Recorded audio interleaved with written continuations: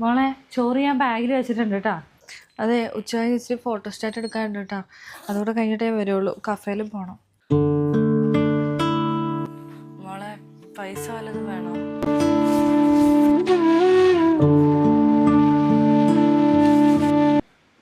അച്ഛൻ പറയണത് നിനക്ക് കേൾക്കുന്നില്ലേ? എന്തോന്ന്? അല്ല, പൈസ വല്ലതും വേണോന്ന്. വേണ്ട, എൻ്റെ കയ്യിൽ പൈസയുണ്ട്. അമ്മ തന്നിട്ടുണ്ട്. വേറെ ആരുടെയും പൈസ ഒന്നും എനിക്ക് വേണ്ട.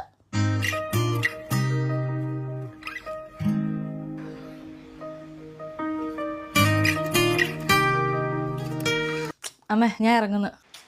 നീ എന്താ മോളെ ഇങ്ങനെ? നീ എന്തിനാ അച്ഛനോട് ദേഷ്യപ്പെടുന്നേ? അച്ഛനോ? ഏത് വകയില്? ആരുടെ അച്ഛൻ? അയാളെൻ്റെ അച്ഛനൊന്നുമല്ല. എൻ്റെ അച്ഛൻ വെച്ചിട്ട് കാലം കുറയായി. അമ്മയ്ക്ക് ഞാൻ നീ പ്രത്യേകം പറഞ്ഞു തരേണ്ട ആവശ്യമുണ്ടോ? എന്താടി കുഞ്ഞ് നീ ഇങ്ങനെ സംസാരിക്കണത്? നിന്നെ എന്ത് ഇഷ്ടമാണെന്നറിയാം മനുഷ്യന്. എന്നിട്ട് നീ ഇങ്ങനെ പെരുമാറുമ്പോൾ മോശമാട്ടോ ഇത്. അമ്മേ, ഇതിനെക്കുറിച്ച് നമ്മൾ പലതവണ സംസാരിച്ചിട്ടുള്ളതാണ്. ഇനി എന്നെക്കൊണ്ട് പറയിപ്പിക്കുന്നത് എന്തിനാ? എന്നെക്കൊണ്ട് അങ്ങനെയൊന്നും കാണാൻ പറ്റില്ല. കുഞ്ഞെ, നീ ഒരു കാര്യം മനസ്സിലാക്കണം. സന്തോഷേട്ടന് മക്കളില്ലാത്തതാണ്. നീ ഒരു അച്ഛൻ്റെ സ്നേഹം ആഗ്രഹിക്കുന്ന തൊട്ട് സന്തോഷേട്ടൻ മക്കളുടെ സ്നേഹം ആഗ്രഹിക്കുന്നുണ്ട്. അങ്ങനെ ഇങ്ങനെ ആഗ്രഹിക്കുന്നൊരു മനുഷ്യൻ്റെ അടുത്ത് നീ ഇങ്ങനെ ഒരുമാതിരി വെറുപ്പായിട്ട് പെരുമാറുന്നത് ഭയങ്കര മോശമാണ്. ഇടി, എന്തൊക്കെയാണെങ്കിലും നീ പറഞ്ഞതിനനുസരിച്ച് ഈ കല്യാണം നടക്കണമെങ്കിൽ നീ പറഞ്ഞതിനനുസരിച്ച് ആ മനുഷ്യൻ്റെ നാടും വീടും ബന്ധക്കാരെയൊക്കെ വിട്ട് ഇവിടെ വന്ന് നിൽക്കുന്നില്ലേ? നീ അതെങ്കിലും ഒന്ന് കാണണ്ടേ? അമ്മ വലിയ ദാനധർമ്മം പോലെ സംസാരിക്കല്ലേ ഏട്ടാ. അമ്മയെപ്പോലെ ഒരു ഭാര്യ അയാൾക്ക് കിട്ടിയില്ലേ? അതുകൊണ്ട് അത്ര വലിയ വർത്തമാനമൊന്നും പറയേണ്ട ആരെക്കുറിച്ചും. അമ്മ ഇതിനെക്കുറിച്ച് സംസാരിക്കാണ്ടിരിക്കുക നല്ലത്. അമ്മ സംസാരിച്ച് ഞാൻ സംസാരിക്കും, ഒച്ച വയ്ക്കും, വെറുതെ ആകെ പ്രശ്നമാകത്തുള്ളൂ. മിണ്ടാതിരുന്ന അമ്മയ്ക്കും കൊള്ളാം, എനിക്കും കൊള്ളാം. പിന്നെ അടുത്ത വർഷം കഴിഞ്ഞ് എൻ്റെ കോഴ്സ് കഴിയും. ഞാൻ ഈ ജോലിക്കൊന്നും പ്രതി നരകത്തിൽ നിന്ന് എങ്ങനെയെങ്കിലും രക്ഷപ്പെട്ടു പോകും. അതുവരെ അമ്മ എന്നെ സഹിച്ചാൽ മതി. അത് കഴിഞ്ഞ് നിങ്ങളങ്ങ് ജീവിച്ചു.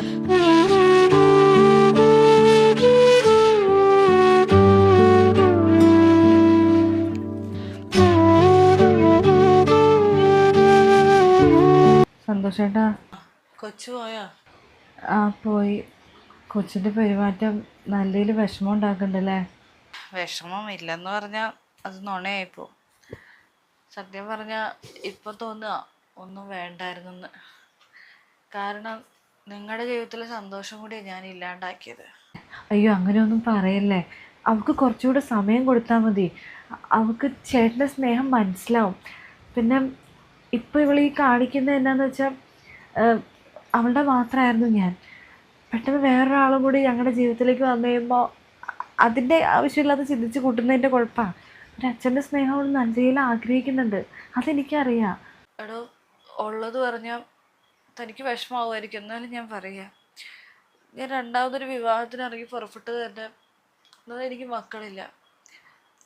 ഒരു ഭാര്യയുടെ സ്നേഹത്തിന് വേണ്ടിയല്ല, ഒരു മകള്. ഒട്ടനവധി ഇങ്ങനെ ആലോചനയൊക്കെ വന്നപ്പോഴും മക്കളില്ലാത്തവരൊക്കെ ആയിരുന്നു. ഒരു കുഴപ്പമൊന്നുമല്ല, എന്നാലും മക്കളുടെ സ്നേഹം ഞാൻ ഒരുപാട് ആഗ്രഹിക്കുന്നുണ്ട്. ഇതാകുമ്പോൾ ഒരു മകളുടെ സ്നേഹം കിട്ടുമല്ലോ എന്നൊക്കെ പറഞ്ഞ് ഞാനിതിന് ഇറങ്ങി പുറപ്പെട്ടു. ഇപ്പം തോന്നുക ഒന്നും വേണ്ടിയിരുന്നില്ല. വിഷമിക്കാതിരിക്കേ, അവൾക്ക് മാറ്റം ഉണ്ടാവും. അവൾ അച്ഛനായിട്ട് കാണുന്നൊരു ദിവസം ഉണ്ടാവും.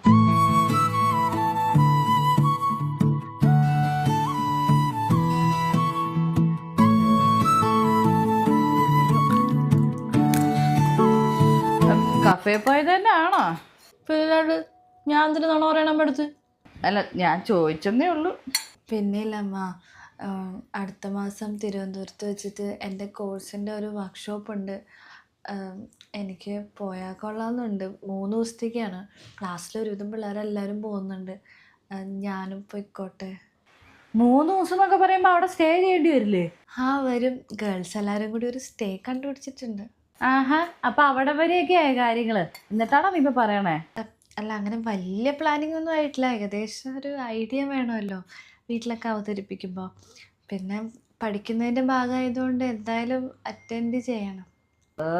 ഒരു വിവരം ഇല്ലാത്ത തള്ളന്മാരുടെ അടുത്ത് സംസാരിക്കുന്ന തൊട്ട് എൻ്റെ അടുത്ത് നീ സംസാരിക്കല്ലേ കേട്ടാ. സ്റ്റേ ചെയ്ത് വർക്ക്ഷോപ്പൊക്കെ അറ്റൻഡ് ചെയ്യേണ്ട ആവശ്യമുണ്ടോയെന്ന് എനിക്ക് തോന്നുന്നില്ല. അമ്മ, അത് പിന്നെ അടുത്ത കൊല്ലം ഈ പ്രൊജക്റ്റൊക്കെ വരുമല്ലോ. അപ്പം പിന്നെ ഈ വർക്ക്ഷോപ്പിൻ്റെ പോയിൻറ്റ്സ് ഒക്കെ ഭയങ്കര ഹെൽപ്ഫുള്ളായിരിക്കും. പ്രൊജക്റ്റൊക്കെ എന്തായാലും ഗ്രൂപ്പായിട്ടല്ലേ ചെയ്യുക, അല്ലാണ്ട് ഒറ്റയ്ക്കൊന്നും അല്ലല്ലോ. നീ നേരത്തെ പറഞ്ഞിട്ടുണ്ട്.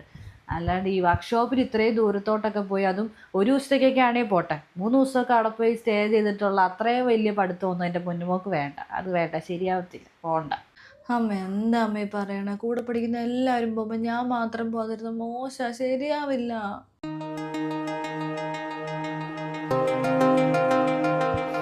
നീ എന്തിനാ ഇങ്ങനെ വാശി പിടിക്കാൻ നിൽക്കണേ? ഞാൻ വിടത്തില്ല എന്ന് പറഞ്ഞാൽ വിടത്തില്ല, അത്ര തന്നെ. എന്താ എന്താ പ്രശ്നം? അത് തന്നെ, ഇവക്ക് അടുത്ത മാസം തിരുവനന്തപുരത്ത് വെച്ചൊരു വർക്ക്ഷോപ്പ് ഉണ്ടെന്ന്, ഇവളുടെ കോഴ്സിൻ്റെ എന്തോ ആണെന്ന് ഇവള് പറയുന്നത്. അവിടെ 3 ദിവസത്തേക്ക് നിൽക്കണം. അത് റൂം എടുത്ത് ഇവിടെ പിള്ളേരെല്ലാം കൂടെ സ്റ്റേ ചെയ്യണം. ടീച്ചർമാരൊന്നും ഇല്ല, പിള്ളേർ മാത്രമേ ഉള്ളൂ. ആൾക്ക് എന്നത്തിന് പോകണം? അതിൻ്റെ പോകേണ്ട ആവശ്യമില്ല, ഞാനത് പോകണ്ടെന്ന് പറയുമായിരുന്നു. അങ്ങനെ എന്തിനാ വാശി പിടിക്കാൻ നിൽക്കണേ? പഠിക്കുന്ന കാര്യത്തിന് വേണ്ടിയല്ലേ.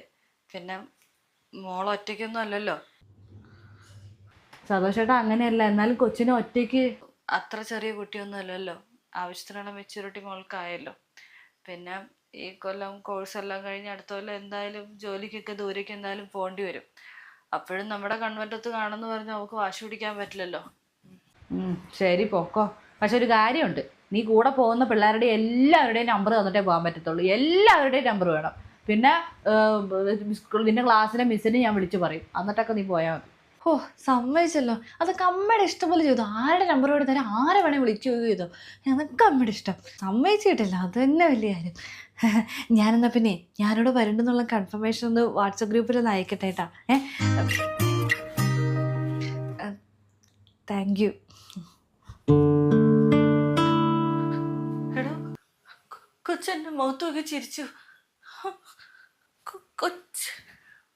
കൊച്ചു ചിരിച്ചടോ.